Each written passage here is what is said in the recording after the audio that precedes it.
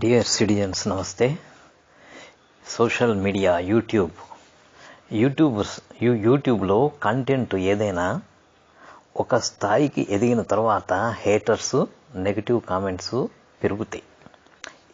అది quite common కూడా. మన దగ్గర సామాన్యంగా ఉబుసుపోక కబుర్లు చెప్పుకునేవారు చాలామంది ఉంటారు. వాళ్ళు ఎప్పుడూ ఇతరుల గురించి, వాళ్ళ మధ్య లేని వారి గురించి చెవులు కొరుక్కుంటూ ఉంటారు. వారలా, వీరిలా, ఆ అమ్మాయిలా, ఈ అమ్మాయి ఇలా, ఈ విధంగా అన్నమాట. ఇలా పొద్దు పుచ్చుకోవడంలోనే వారికి అదో ఆనందం, సరదా అన్నమాట. ఇలాంటి వారినే మన దగ్గర ఒక నారదుల పాత్రతో పోల్చవచ్చు. ఇక ఈ మధ్య 100 డే ట్రావెలింగ్ ట్రిప్పు చేస్తున్న మరి యొక్క అన్వేషణ, మరి విజయ్, ఇంకా రాజు, ఈ విధంగా కొంతమంది చాలామంది ఈ విధంగా ట్రిప్పులు వేస్తూ ఉంటారు. వీళ్ళందరూ ఒక దగ్గర ఉండి, మరి 100 రోజుల ట్రిప్ అంటే సామాన్యం కాదు. ఒకే దగ్గర ఉండి అప్పుడప్పుడు లైవ్ చేస్తూ ఉంటారు, మరి సరదాగా మాట్లాడుకుంటూ ఉంటారు. అయితే ఒక దగ్గర ఉండి లైవ్ చేస్తున్నప్పుడు కూడా అక్కడ కామెంట్స్ వస్తూ ఉంటాయి. ఒకరి గురించి ఒకరిని అడ్రస్ చేస్తూ, అలా మీ యొక్క వీడియోలో లేట్ అవుతున్నాయి ఏంటి, అది ఇది అని. అప్పుడు వాళ్ళు ఆ వీడియోలో ఏమని అంటారంటే, మేము డ్రైవింగ్ చేస్తున్నాము అబ్బా, మేము డ్రైవింగ్ చేస్తున్నాము, అందుకని వీడియోస్ త్వరగా అప్లోడ్ చేయలేకపోతున్నాము, దయచేసి అర్థం చేసుకోండి అని అంటూ ఉంటారు అన్నమాట. మేము డ్రైవింగ్ చేస్తున్నాము, అందుకే వీడియోలు అప్లోడ్ త్వరగా చేయలేకపోతున్నాము, లేక వీడియోలు పోస్టింగ్ చేయలేకపోతున్నాము అని చెప్పడంతోనే అర్థమైపోతుంది ఇంకా డ్రైవింగ్ చేయకుండా ఖాళీగా ఎవరున్నారో వాళ్ళకి కొద్దిగా కోపం ఉంది అని. డైరెక్ట్గా మనం అన్నీ చెప్పాల్సిన పని లేదు. వినేవారు, చూసేవారు అర్థం చేసుకుంటారు. సో ఎవరైతే కాసుకొని కూర్చున్నారో స్టార్టింగ్లోనే ఈ 100 రోజుల ట్రిప్పు ఎన్ని రోజులు నడుస్తుందో చూద్దాము అనేవారు చాలామంది ఉన్నారు. సో వాళ్ళకి మంచి మేత దొరికింది. ఇక వాడు మీకు హెల్ప్ చేయటం లేదు, వీడు హెల్ప్ చేయటం లేదు, వాడిట్లా వీడట్లా అని ట్రోలింగ్ న్యాచురల్. అది మీరు కొద్దిగా ఉప్పు అందించారు, ఇక వాళ్ళు ట్రోలింగ్ చేసుకుంటారు అంతే. మళ్ళీ ఇది ఫస్ట్ ఎపిసోడ్లో జరిగింది. మరి సెకండ్ ఎపిసోడ్లో ఒక ఇంటర్వ్యూ జరుగుతుంది. ఇంటర్వ్యూలో మరి క్వశ్చన్ అడుగుతాడు ఒక అతను. ఆయన ఒక క్వశ్చన్ అడిగితే ఈయన జవాబు చెప్తాడు. అందుకే నేను I'm not coating any names here, అది మీకు తెలుసు. మీ మధ్య మరి ఏమన్నా మనస్పర్ధలు అవి ఇవి వచ్చినవా అంటే, ఇక మనస్పర్ధలు అంటే వస్తూనే ఉంటాయి, ఇళ్ళలో కూడా వస్తూ ఉంటాయి, ఇక్కడ కూడా వస్తూ ఉంటాయి.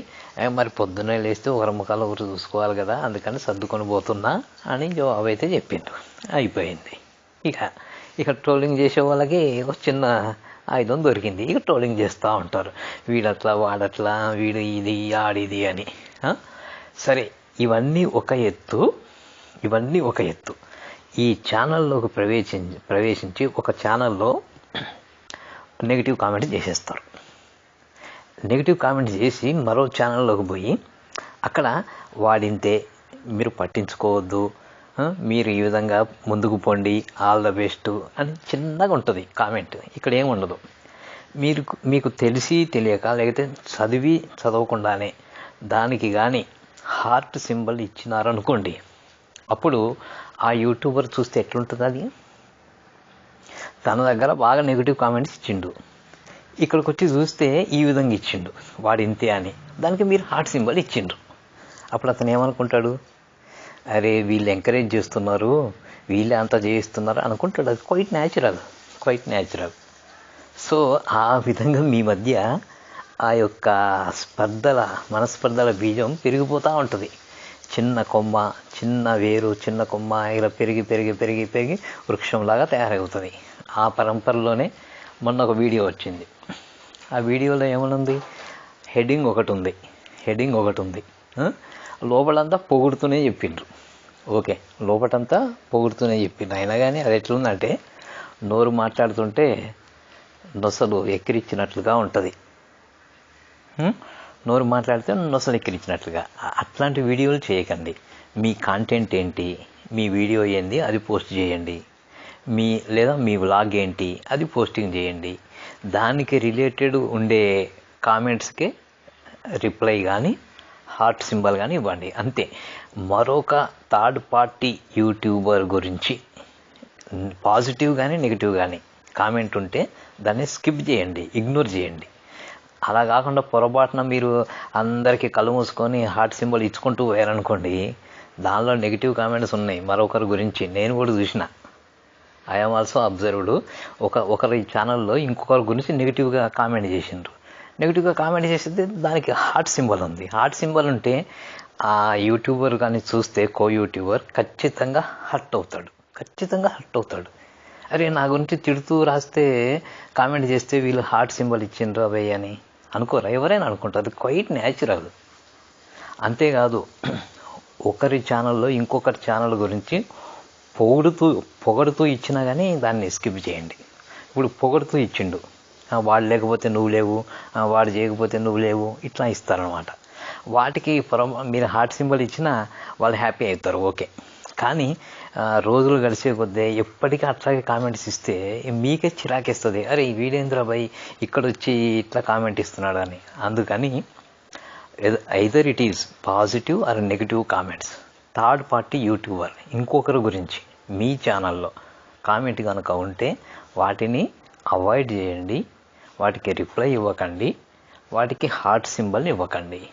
అప్పుడు మీ యొక్క ఈ యొక్క రిమైనింగ్ యాత్ర ప్రశాంతంగా మరి ముగించగలుగుతారని అయితే అది ముగించగలుగుతారు. అదర్వైజు ఇక రోజు ఇట్లాంటివే ఉంటాయి అన్నమాట, చిలువలు పలవలు అట్లా అనమాట. కాబట్టి మీ వీడియో వరకే మీరు పరిమితం కాండి, మీ వ్లాగ్ వరకే మీరు పరిమితం కాండి.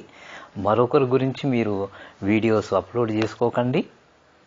మరి అటు ఎంటర్టైన్ చేయండి. కానీ కెమెరా ముందుకు వచ్చి మీ యొక్క బాధలు, కెమెరా ముందుకు వచ్చి మీ యొక్క సమస్యలు చెప్పకండి కెమెరా ముందు.